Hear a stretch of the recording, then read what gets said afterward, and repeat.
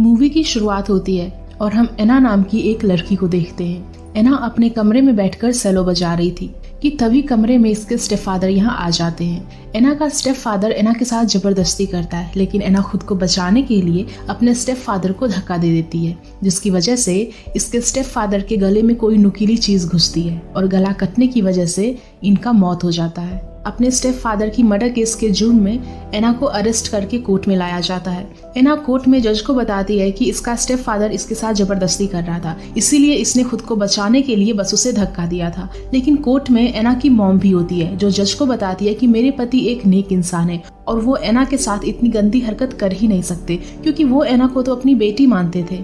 जज एना के मॉम की बातों पर यकीन कर लेती है, इसीलिए ये एना को इसके स्टेप फादर के मर्डर के जुर्म में 4 साल की सजा सुनाती है। एना अब जेल में आती है। तब हम यहाँ जेल के वार्ड फ्रैंक को देखते हैं। फ्रैंक आज आई सभी कैदियों को यहाँ का नियम बताता है और कहता है कि अगर तुम में से कोई भी यहाँ के नियमों का पालन नहीं किया तो तुम्हारी सजा और भी दिनों के लिए बढ़ जाएगी और तो और तुम्हें टॉर्चर भी किया जाएगा। इसके बाद सभी कैदियों को उनके सेल में डाल दिया जाता है। एना के सेल में जेनी नाम की एक लड़की होती है। एना जेनी से बात करने के लिए सोचती है, लेकिन जेनी एना से बात ही नहीं करती। एना जब सो जाती है तो हम देखते हैं जेनी उठकर एना को देखती है और एना को देखकर जेनी खुद को प्लीज करती है। अगले दिन एना जब बाहर ग्राउंड में आती है तब यहाँ हम 2 ग्रुप को देखते हैं, जिसमें एक ग्रुप व्हाइट और दूसरा ग्रुप ब्लैक लोगों का होता है। व्हाइट ग्रुप की लीडर कैरी एना के पास आकर उसे अपने ग्रुप में शामिल होने के लिए कहती है, लेकिन एना किसी भी ग्रुप में शामिल होने के लिए तैयार नहीं थी, इसलिए वो यहाँ से चली जाती है। अब लंच करते समय कैरी फिर से एना के पास आती है और ये एना को अपने ग्रुप में शामिल होने के लिए इस पर दबाव डालती है,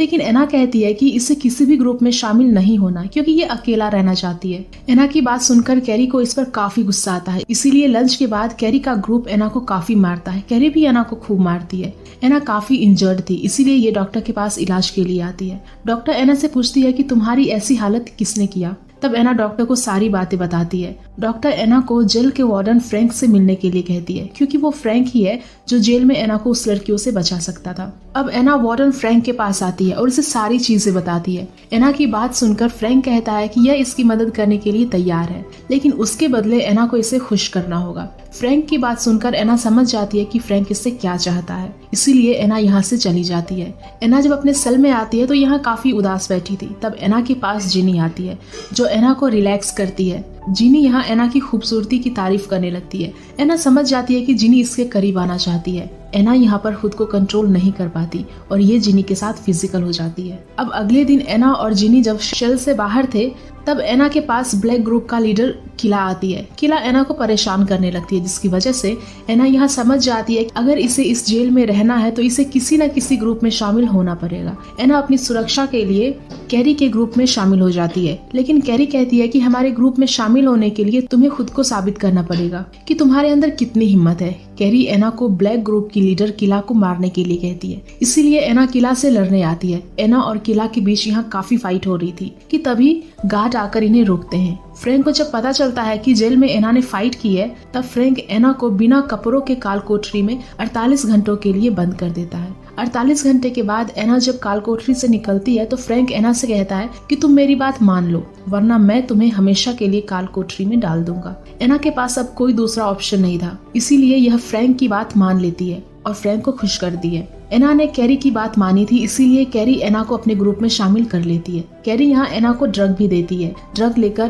कैरी एना की तरफ अट्रैक्ट होती है, जिसके बाद ये दोनों यहाँ पर फिजिकल हो जाते हैं। इसके बाद हम एना की मॉम को देखते हैं, जो एना से मिलने जेल में आती है। एना अपनी मॉम को बताती है कि उस दिन कोर्ट में ये सच बोल रही थी, क्योंकि सच में इसके फादर इसके साथ जबरदस्ती कर रहे थे। लेकिन एना की मॉम एना की बात पर यकीन नहीं करती, उल्टा ये एना को ही अपने पति की मौत का जिम्मेदार मानती है। एना की मॉम एना पर गुस्सा होकर यहाँ से चली जाती है। हम एना को देखते हैं, जो अपने ग्रुप के साथ बाहर बैठी थी। तभी ब्लैक ग्रुप का लीडर किला इसे मारने आती है। अब एना के पास इसका भी ग्रुप था, इसीलिए ये सब मिलकर ब्लैक ग्रुप से लड़ते हैं। यहाँ पर गार्ड आते हैं, जो इन्हें फाइट करने से रोकती है। गार्ड एना को फ्रैंक के पास लेकर आता है। फ्रैंक कहता है कि अगर मैंने अपने सीनियर को बता दिया कि तुम रोज जेल में लड़ाई करती हो तो तुम्हारी सजा और भी महीनों के लिए बढ़ा दी जाएगी, जिसके बाद तुम कभी भी जेल से बाहर नहीं आ पाओगी। फ्रैंक की बात सुन एना काफी डर जाती है। फ्रैंक एना को ड्रग देता है, जिसके बाद फ्रैंक अपने ऑफिस में ही एना के साथ फिजिकल होता है। इसके बाद एना जब अपने सेल में आती है तब ये यहाँ गुस्से से जिनी को स्लैप करती है।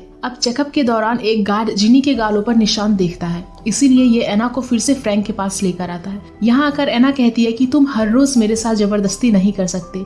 ये सुनकर फ्रैंक कहता है कि यह जेल नाबालिगों का है और अगर मैं चाहूँ तो तुम्हें इस जेल से दूसरे जेल भी भेज सकता हूँ, जहाँ जाकर तुम्हें पता चलेगा कि असली जबरदस्ती क्या होती है। फ्रैंक बिना कुछ किए एना को यहाँ से जाने देता है। एना कैरी के पास आती है, जहाँ कैरी इसे ड्रग देती है। कैरी कहती है कि यह एना को पसंद करती है, इसीलिए इसे हमेशा एना की फिक्र होती है। कैरी की बात सुनकर एना को काफी गुस्सा आता है, इसलिए ये कैरी के ग्रुप को छोड़कर यहाँ से चली जाती है। एक दिन एना जब बाहर बैठी थी तब ये कुछ लोगों को ड्रग्स लेते हुए देखती है। एना को भी ड्रग्स चाहिए था, इसीलिए ये इनके पास आकर ड्रग लेती है। कैरी ये सब देख रही थी, इसीलिए ये एना के लिए परेशान होती है। कैरी एना को समझाती है कि इससे ज्यादा ड्रग नहीं लेना चाहिए, लेकिन एना कैरी की बात नहीं मानती और यह कैरी के ग्रुप को हमेशा के लिए छोड़ देती है। एना अब अकेली थी, इसलिए ब्लैक ग्रुप की लीडर किला हमेशा ही एना को परेशान करती थी। एक दिन किला जब एना को मारने के लिए आती है तब एना काफी ज्यादा ड्रग ली थी। किला एना को मारने आई थी, लेकिन एना ही किला को मारने लगती है। जब यह बात फ्रैंक को पता चलता है तो फ्रैंक फिर से एना को काल कोठरी में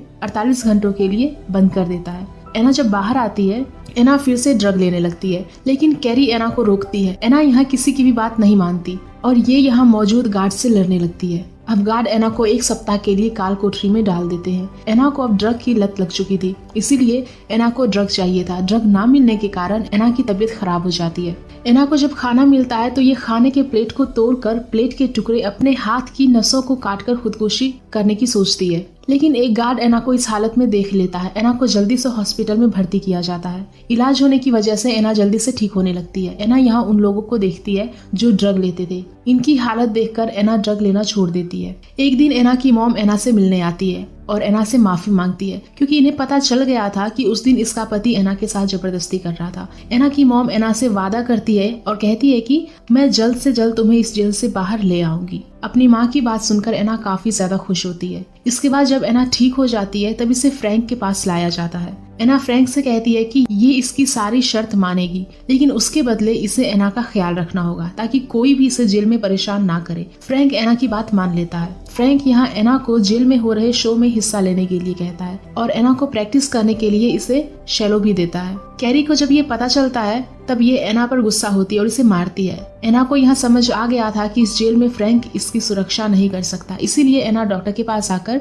इसे फ्रैंक के बारे में सारा सच बता देती है। लेकिन हम देखते हैं कि फ्रैंक कैमरे के जरिए एना और डॉक्टर की सारी बातें सुन लेता है। फ्रैंक यहाँ कैदी के जरिए डॉक्टर को मरवा देता है। उधर टैलेंट शो में एना जब शैलो बजाती है सब एना की तारीफ करते हैं। शो खत्म होने के बाद फ्रैंक एना के पास आता है और उसे कहता है कि ये कल एना को जेल से रिहा कर देगा, इसीलिए ये चाहता है कि आज एना पूरी रात इसके साथ रहे। एना भी फ्रैंक की बात मान लेती है और फ्रैंक इसके साथ फिजिकल हो जाता है। एना सेल से आकर जिनी से कहती है कि कल फ्रैंक इसे जेल से रिहा कर देगा, लेकिन जिनी कहती है कि तुम्हें फ्रैंक की बातों पर यकीन नहीं करना चाहिए क्योंकि फ्रैंक बहुत ही कमीना है। एना को भी जिनी की बातों पर यकीन हो जाता है, इसीलिए एना कैरी के पास आती है। दरअसल कैरी के पास एक मोबाइल फोन था। एना कैरी से फोन लेती है। अगले दिन फ्रैंक एना के साथ फिजिकल हो रहा था, तब एना सारी चीजें रिकॉर्ड कर लेती है। एना जेल से छूटने वाली थी, लेकिन फ्रैंक अपने सीनियर को भड़काता है और कहता है कि हम एना को जेल से नहीं छोड़ सकते क्योंकि एना का पिछला रिकॉर्ड काफी खराब है। क्योंकि एना बात बात पर लोगों से लड़ने लगती है,